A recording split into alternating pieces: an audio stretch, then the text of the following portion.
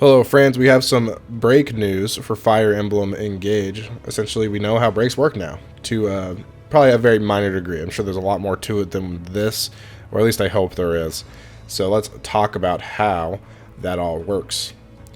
So I'll show, this is what they put out on Twitter, this little diagram here. You know, swords beat axes, axes beat lances, and lances beat swords. We've seen that before. We also have a secondary, it's not a triangle, it's just like a one-way street, I guess. I guess this is a weapon line, not a weapon triangle. But apparently brawling or martial arts or whatever they're calling it in this game will be able to break daggers, bows, and tomes, but nothing can break them, which is a little odd to me. It seems a little off, but I'll talk about that more in a second. But essentially, when you attack with the advantage, the weapon advantage, you break your opponent in combat, and when your opponent is broken, they do not counterattack. And I don't know if this translation is correct, because again, it is just a fan translation. Some guys just nice and doing it for the fandom. And they say that enemies inflicted with the break status cannot counterattack until the end of the next combat. So I don't know if that means that they can counterattack it in the next combat, or if they'll have like a whole nother combat round where they can't counterattack.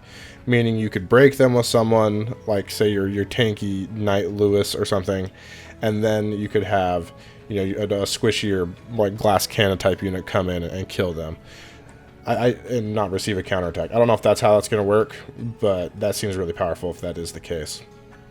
Now, I really hope that enemies have access to this power.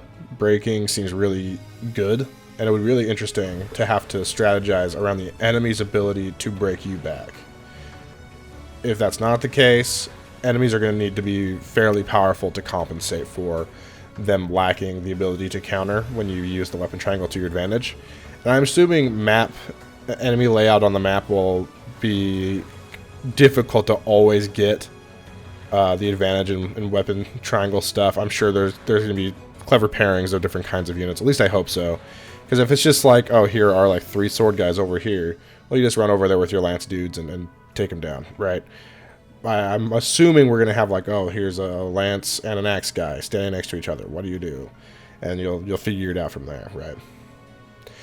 Now, I'm a little worried that brawling or martial arts or whatever are going to be a little too powerful, because they are effective against 3 different weapon types, and 2 of those seem to be fairly common in bows and tomes. I can see knives and daggers being a little less common, but the fact that they break 3 of them and nothing breaks them seems a little stupid. Maybe they'll be really weak to compensate, or maybe they'll just only be on really weak characters or classes. But looking at this diagram makes me think that they're going to be just I don't know if they'll be centralizing or anything like that. I don't think they'll be like the #1 meta strategy all the time, but they're going to be pretty good.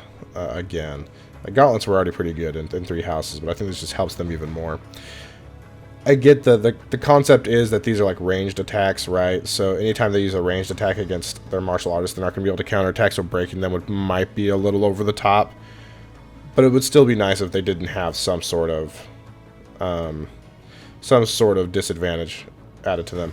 And I don't know. I just kind of thought it would be like a reciprocal thing. I thought these gray weapons would be effective against the punching, and the punching would be effective against them. You know, effective against both. But that is not the case, as it would appear. So yeah, breaking seems really cool. Seems a little powerful. I mean, but we had gambits. Gambits were powerful. Enemies had gambits, but they didn't have enough for it to be too balanced in that way. But yeah, what do you guys think? Do you think that break is a cool mechanic? Are you excited to see it in Fire Emblem Engage? I think I am. And are you excited to use it and all that? And do you think there's going to be more to it?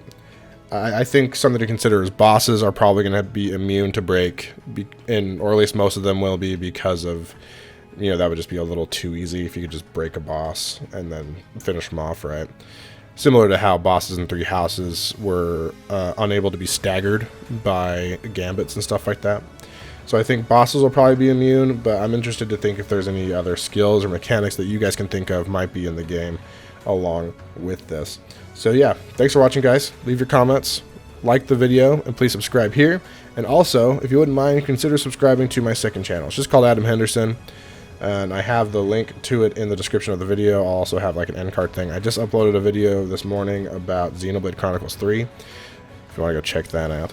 And if you wouldn't mind subbing there, that'd mean a lot. We'd love to get to 1,000 over there soon.